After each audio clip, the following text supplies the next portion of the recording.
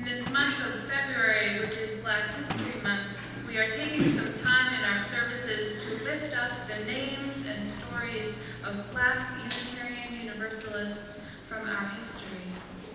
Last week I told you a little bit about Whitney Moore Young, and I hope some of you were able to catch the PBS special about him this week. Thank you, Kathleen, for pointing that out to us. This morning I lift up the story of Frances Harper, a Unitarian author, abolitionist, and poet. She was one of the very first African Americans to publish a novel in this country in 1892. This remarkable woman was born Frances Ellen Watkins in 1825. She was born in Baltimore, Maryland, to free parents. When her mother died, she was just 3 years old, and she was taken in by her maternal aunt and her uncle, Reverend William Watkins, who was a civil rights activist. When Frances was just 20 years old, she had her first volume of poetry, Forest Leaves, published. Unfortunately, this publication has been lost, but there were others. Her second book, Poems on Miscellaneous Subjects, in 1854, was extremely popular and was reprinted numerous times. In 1853, Frances joined the American Anti-Slavery Society and became a traveling lecturer for the group. She traveled, lecturing throughout the East and Midwest from 1856 to 1860.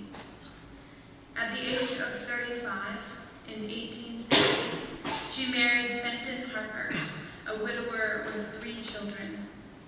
They had a daughter together in 1862. For a time, Frances Harper withdrew from the lecture circuit, but after her husband died in 1864, she returned to her travels, lecturing, and writing.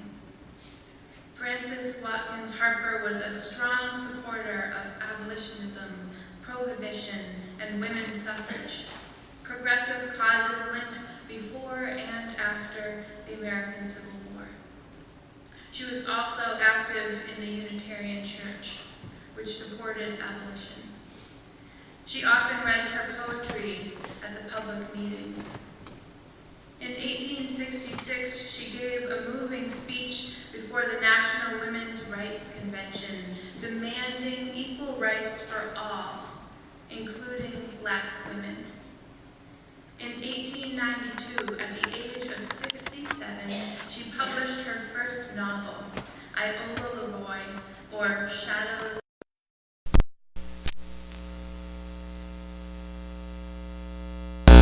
Issues including education for women, passing, abolition, Reconstruction, temperance, and social responsibility.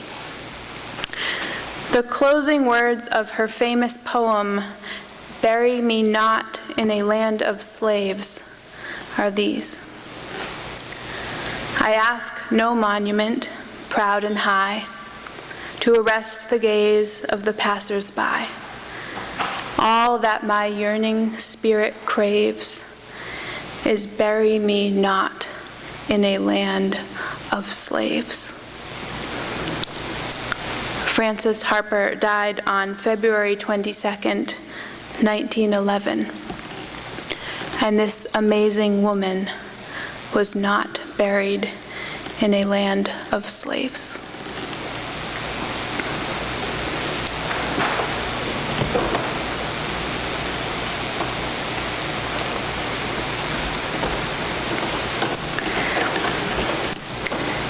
And this morning's reading is by one of my favorites, Reverend Robert Walsh, called A Man's Prayer. I am wondrously wrought, partly shaped by my biology, partly shaped by my culture, and partly self-shaped.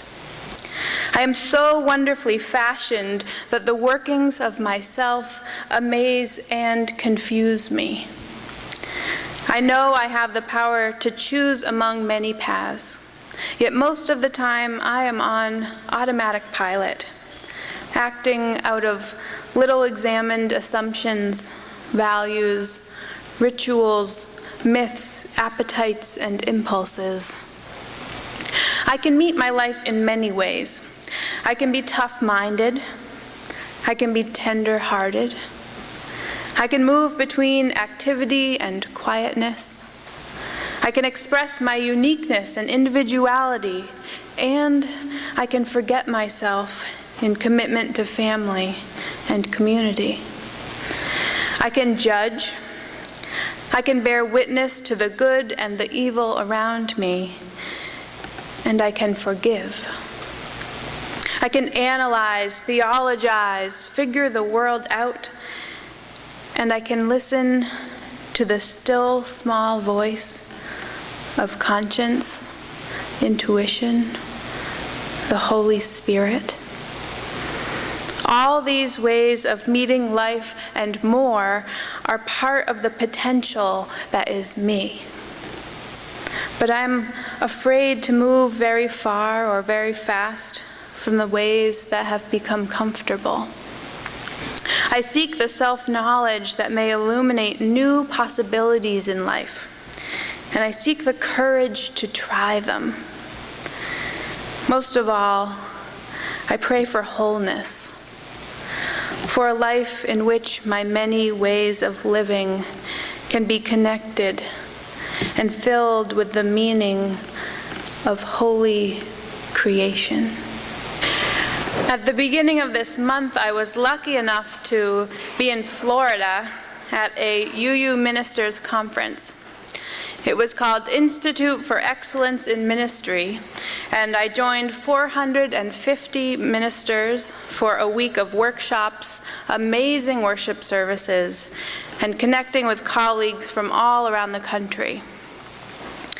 You know you are at a UU Ministers Conference when the preacher's opening words are, "Brothers, sisters, otherwise identified, welcome." It was a wonderful week. And one of the workshops that I attended was a kirtan chanting workshop. Kirtan is part of an ancient form of yoga known as bhakti, or the yoga of devotion. These chants have been sung for millennium by sages and devotees, and our instructor explained that as we sing, we touch the spirits of the millions of people across the centuries who have sung the same songs. He described it as an endless river of prayer that has been flowing since the birth of the first human beings longing to know their Creator.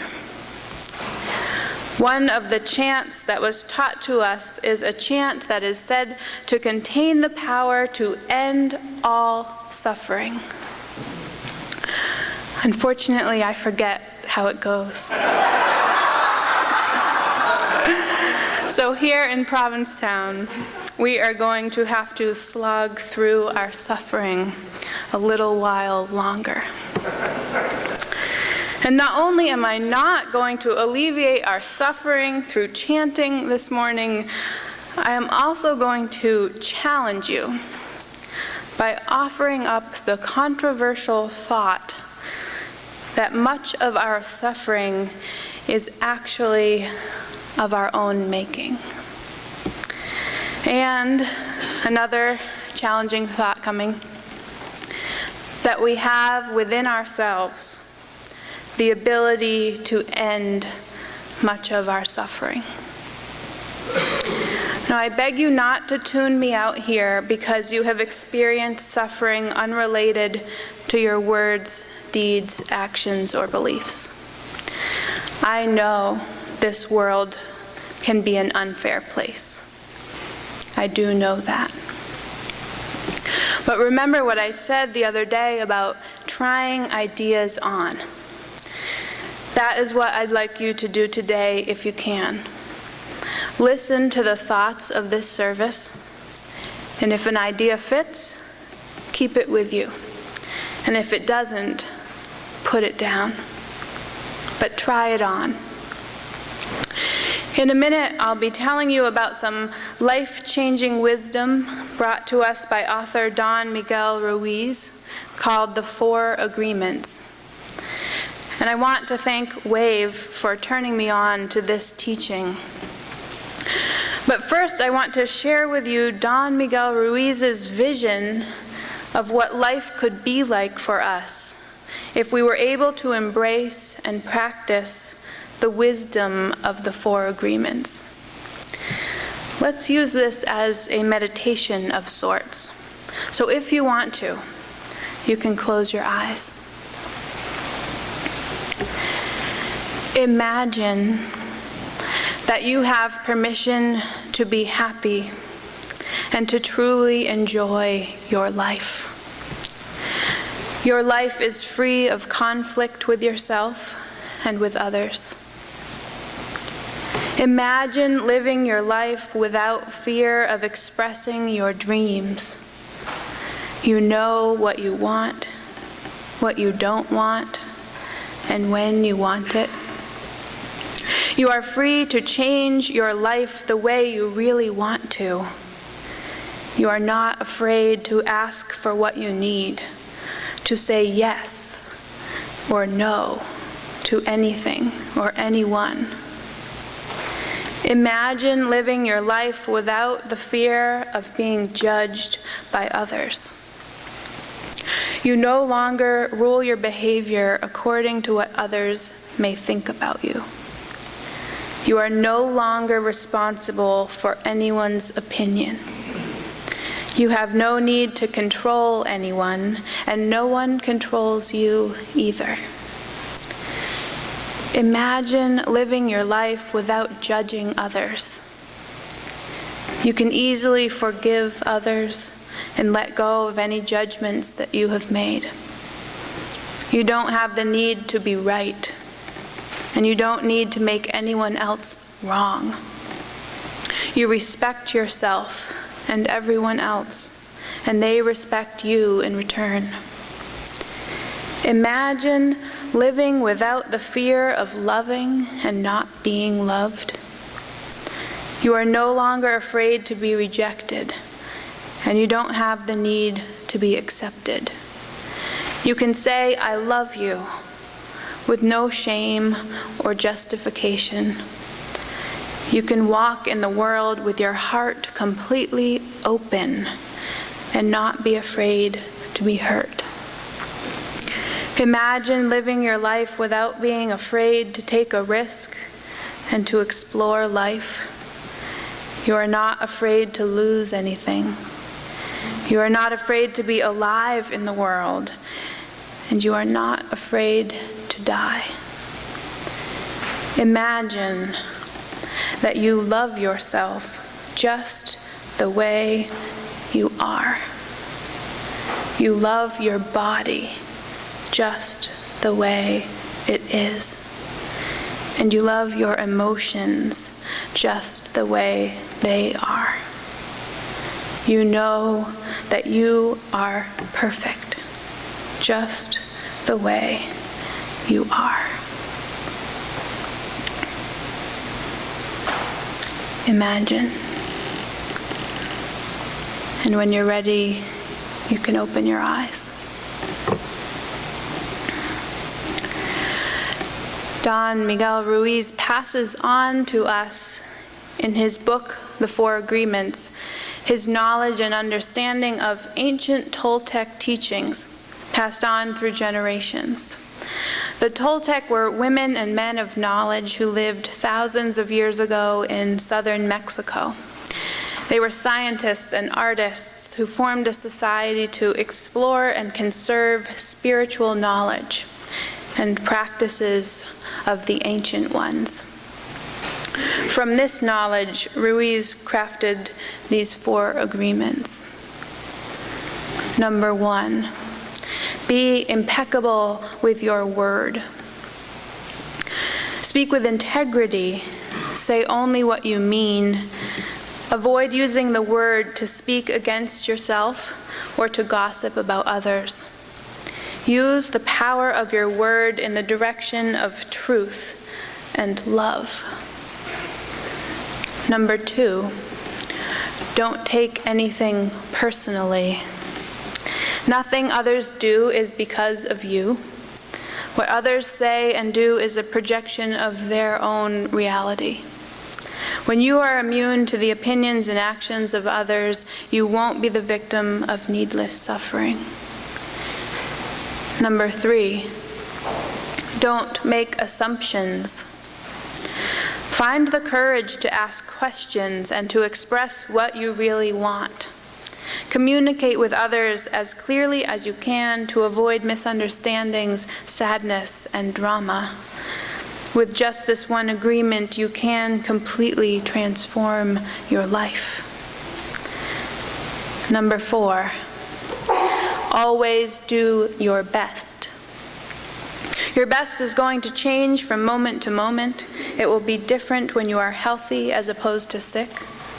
Under any circumstance, simply do your best, and you will avoid self-judgment, self-abuse, and regret. If we can do these 4 things, we can end so much of our suffering. The 4 agreements are a tool, he says, for transformation, leading you to stop judging, mainly yourself, and to start practicing another way of life. They lead you to help you break the agreements that limit the expression of your creativity and replace them with new agreements that facilitate the expression of your love.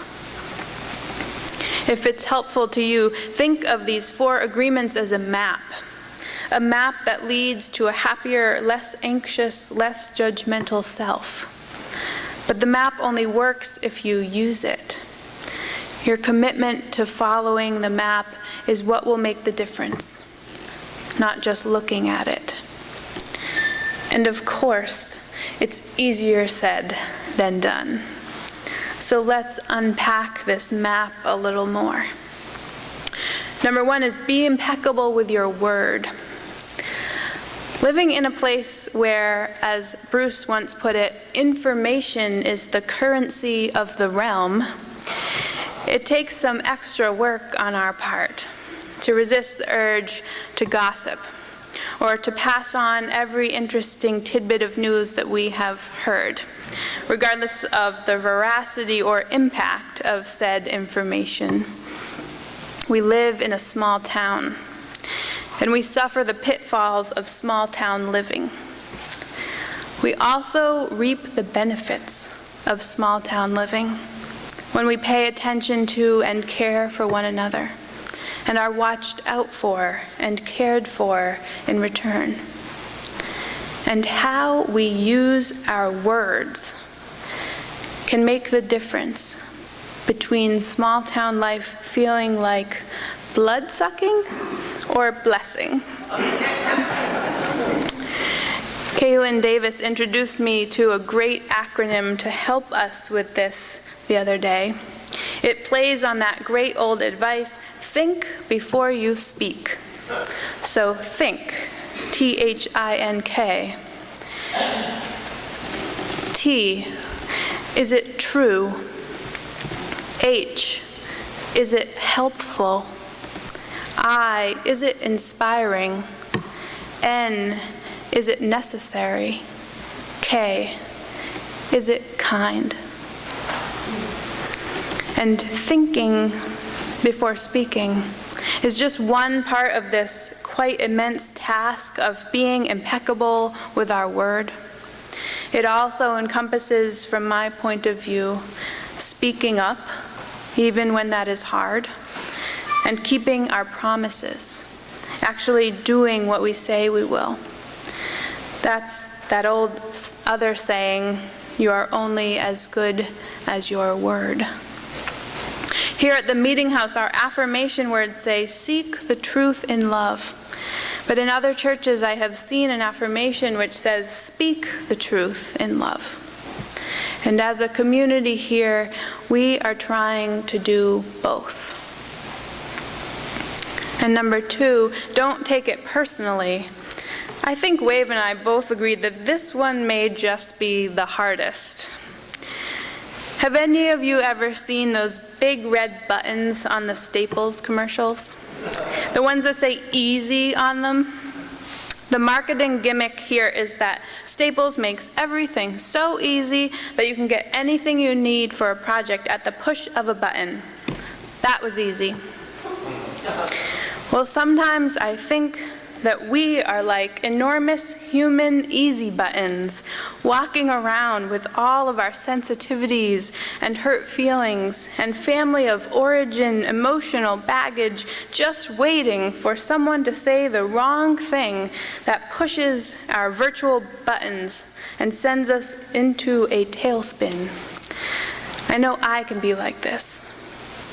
Say the wrong thing about weight, money, effort, blame, and I am instantly on edge, ready for a fight, or worse, a tearful meltdown. That was easy. We are wired to take things personally. So it is a bit of a spiritual task to rewire our systems, to give us some distance between the thoughts and words of others and our reactions to them. To not take things others say into our core or allow them to begin eating us up from the inside out. When we think that everything is about us, we take everything personally. It is so difficult to maintain perspective, self-confidence, and peace of mind. Instead, we worry. So Ruiz reminds us that it is not all about us. People live in their own world, in their own story, he says. They invest all their faith in that story, and that story is truth for them. But it's a relative truth, because it's not truth for you. If we can stay focused on our true selves, and not spend so much time worrying about what other people are thinking about us, imagine the freedom that could bring. Number 3, don't make assumptions. In my training as a hospital chaplain, I learned a great phrase. That is a mind read, my teacher would say. And I bet you know what this means with very little explaining. We project so many thoughts into other people's heads that we have become professional mind readers, but really bad ones. I experienced a great example of this during our Winter Wonderland adventure the other day. Blizzard 2013, Part 1. The silver lining of a blizzard is that everyone is out shoveling at the same time, and you finally get to meet your neighbors. Lisa and I met a lovely young couple that lives in a cottage in the woods behind our house as they desperately tried to get their car unstuck. It turns out they moved to town about the same time that we did and are also looking to make new friends in a strange place. They invited us to grab a drink later that night when the shoveling was done. Lisa and I then set out on our snowshoes for a 2-hour trek that was beautiful, but also used muscles that we didn't even know we had. That night we were exhausted. Not fit for the company other than ourselves, we postponed the get-together by text message. Maybe they could come over to our house the next night instead. Our new friends wrote back and said they would call us tomorrow to make a plan. And they did call, but I was at church dealing with yet another power outage, and I didn't have the time to talk. So I texted back, "How about coming over at 7?" But I was in such a rush that I added an extra number to their phone number, and the message never went through. "Why haven't they gotten back to me?" I asked Lisa later that night. "Do you think they're just coming at 7? And at their house, we learned later, A similar conversation was ensuing. Why haven't they gotten back to us? And then the self-doubt and the mind reading. Do you think they even want to get together? Was it something I said? Were we too eager or too pushy yesterday? What do they think of us? Oh, how we torture ourselves with our mind reads and assumptions. We often get into trouble with our partners and close friends when we assume that they know what we are feeling or thinking. And if they know what we are feeling or thinking, they must. They've known us for 10 years, 17 years, 25 years. Then how could they be ignoring our needs like that? How could they be withholding, judging, not prioritizing us, or going against us like that? What a betrayal. Meanwhile, our poor counterparts are in the dark, with no idea why or how they have disappointed us. Perhaps we can work at spelling things out better, remembering that just as we are terrible mind readers, so are the people around us.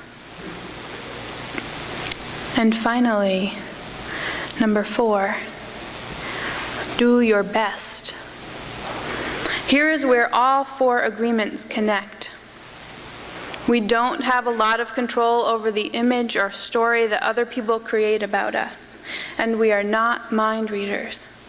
But we do have the power over our own words and actions. What we can do is our best, a standard we can hold ourselves to. But remember that although there is challenge in that, there is also compassion. It's what we say to little kids when they are overwhelmed and don't think they can manage the project in front of them. We say, just do your best. Sometimes we will fail, and that is okay. Part of this roadmap to happiness includes not being so judgmental of ourselves either. Of course, none of these steps are easy. And of course, they are not magic. But think about how different things could be if we were impeccable with our word, if we didn't take things personally, if we didn't make assumptions, and if we did our best. Imagine what that would be like. And then just do your best. Amen. And blessed be.